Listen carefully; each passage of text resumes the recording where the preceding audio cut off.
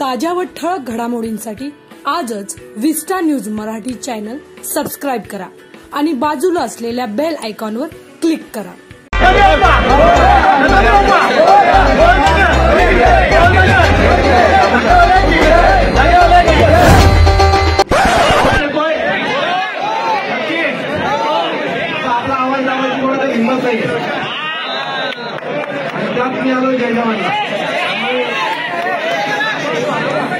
त्यामुळे जय जवानला आलो असल्यामुळे तशी कोणाची हिंमत राहणार नाही।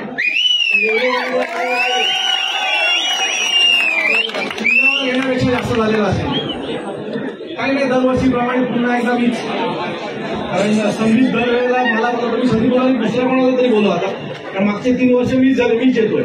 तिथं संदीप बोलाने दादा तुला यावं लागेल, त्यामुळे ठीक आहे घेतो। काही नाही, यावेळेला खूप जास्त नेहमीसारखं काही भाषण देणार नाही। यावेळेला बऱ्यापैकी सरकारने निर्बंध उठवलेत, त्यामुळे आपली दहीहंडी जोशात होणारच आहे। कुठल्याही कोणाच्याही भीतीशिवाय आपण यावेळेला ही दहीहंडी करतोय। मी आलो तेव्हा मला मारुतीच्या मंदिरात नेलं आणि तिथे पाया पडलो। काल कोकण नगरवाले माझ्याकडे आले होते, त्यामुळे माझा नेहमी प्रश्न असतो की जागेवर एवढीच्या मैदानात ही मुलं 9 थर लावतात कशी? तर त्यांची टीम आली होती, मी त्यांना विचारलं कसे लावत असतील 9 थर एवढ्याशा जागेत? तर त्यांनी मला उत्तर चांगलं दिलं। त्यांनी सांगितलं त्याला त्यांच्यावर बजरंगबलीचा आशीर्वाद आहे।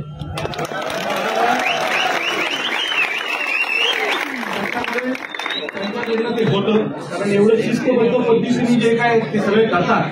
आणि आतापर्यंत रेकॉर्ड आहे, मी जेव्हा पाहिलंय तुम्हाला त्यावेळेला त्या वेळेला 9 थर लागताना कधीही ते तर कोसळलेलं मी कधी पाहिलेले नाही। त्यामुळे 100% तुमच्या मेहनतीबरोबर तुमच्याबरोबर बजरंगबलीचा आशीर्वाद आहे, यात कुठेही दोमाचा शंका नाही। मी आलो आणि ज्यावेळेला दर्शन घेतलं त्यावेळेला देवाकडे प्रार्थना करून एकच गोष्ट मागितली की देवा या वेळेला या मुलांना सक्सेस दे, वर्ल्ड रेकॉर्ड या मुलांकडनं होऊ दे।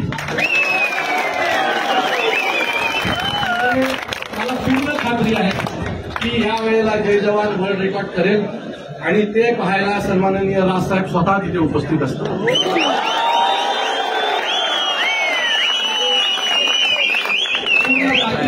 यावेळेला या अख्खं ठाणे तुमचं वाट बघतंय, मी एकटाच नाही। यावेळेला खूप आयोजक आहेत, त्यामुळे सगळेच जण जय जवान ते प्रत्येकासाठी आता एक ब्रँड झालंय की मी खरं सांगतोय, मला ना खोटं बोलता येते की एखाद्या आयोजकाकडे जय जवान जावं हे त्याच्यासाठी मोठं असतं की आमच्या इथे जय जवान आला होता।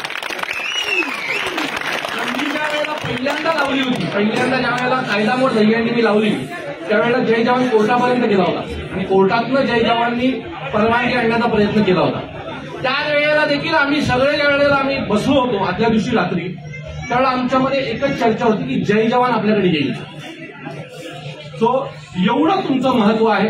मी नेहमी म्हणतो की जय जवान गोविंद पथक आहे ना, मला अनेक पत्रकार म्हणतात तुम्ही काय आयोजन करताय, कशासाठी एवढी हट्ट करताय? आम्ही नेहमी सांगतो माझा हट्ट यासाठी की ही जय जवान मधली जी मुलं आहेत किंवा महाराष्ट्रातली जेवढे गोविंद पथकातली मुलं आहेत ती कुठली क्लब संस्कृतीतली मुलं नाही, की रोज शनिवार रविवारी क्लबला जाणारी मुलं नाही।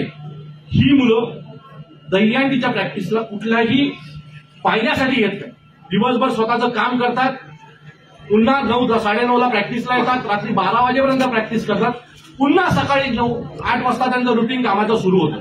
त्यामुळे तो जो त्यांच्यासाठी एक दिवस असतो हा त्यांच्या आयुष्यातला सगळ्यात महत्वाचा दिवस असतो। त्याच दिवशी ते स्वतःच्या आयुष्यातले आमच्यावरती असतात। त्या मुलांसाठी मी ही दहीहंडी लावतो। सन्माननीय राजसाहेबांचं नेहमीच मत आहे की आपले सण टिकले पाहिजेत, आपले हिंदू सण टिकलेच पाहिजेत आणि ते टिकवण्याचं काम जय जवान गोविंद पथक उत्तमरित्या पार पाडते। माझ्याकडून तुम्हाला मनपूर्वक शुभेच्छा। त्या दिवशी 19 तारखेला मी तुमची वाट पाहतोय। जसं बजरंगबलीकडे मी प्रार्थना केली की बाप्पा या वेळेला तरी जय जवानला विश्वविक्रम करू दे, मी तुम्हाला सगळ्यांना शब्द देतो, याच्या आधीही म्हटलं होतं या वेळेला जर तुम्ही विश्वविक्रम केलात ना तर स्पेनला थर लावायला माझ्या खर्चाने मी तुम्हाला सगळ्यांना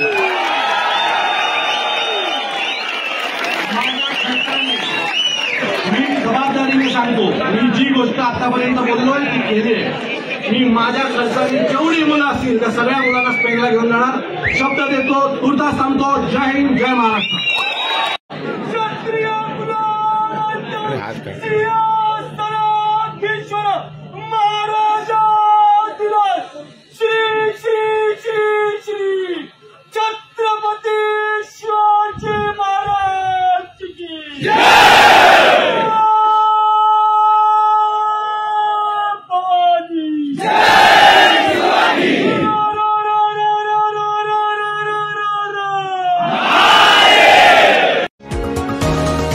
तुम्ही पाहत आहात विस्टा न्यूज मराठी।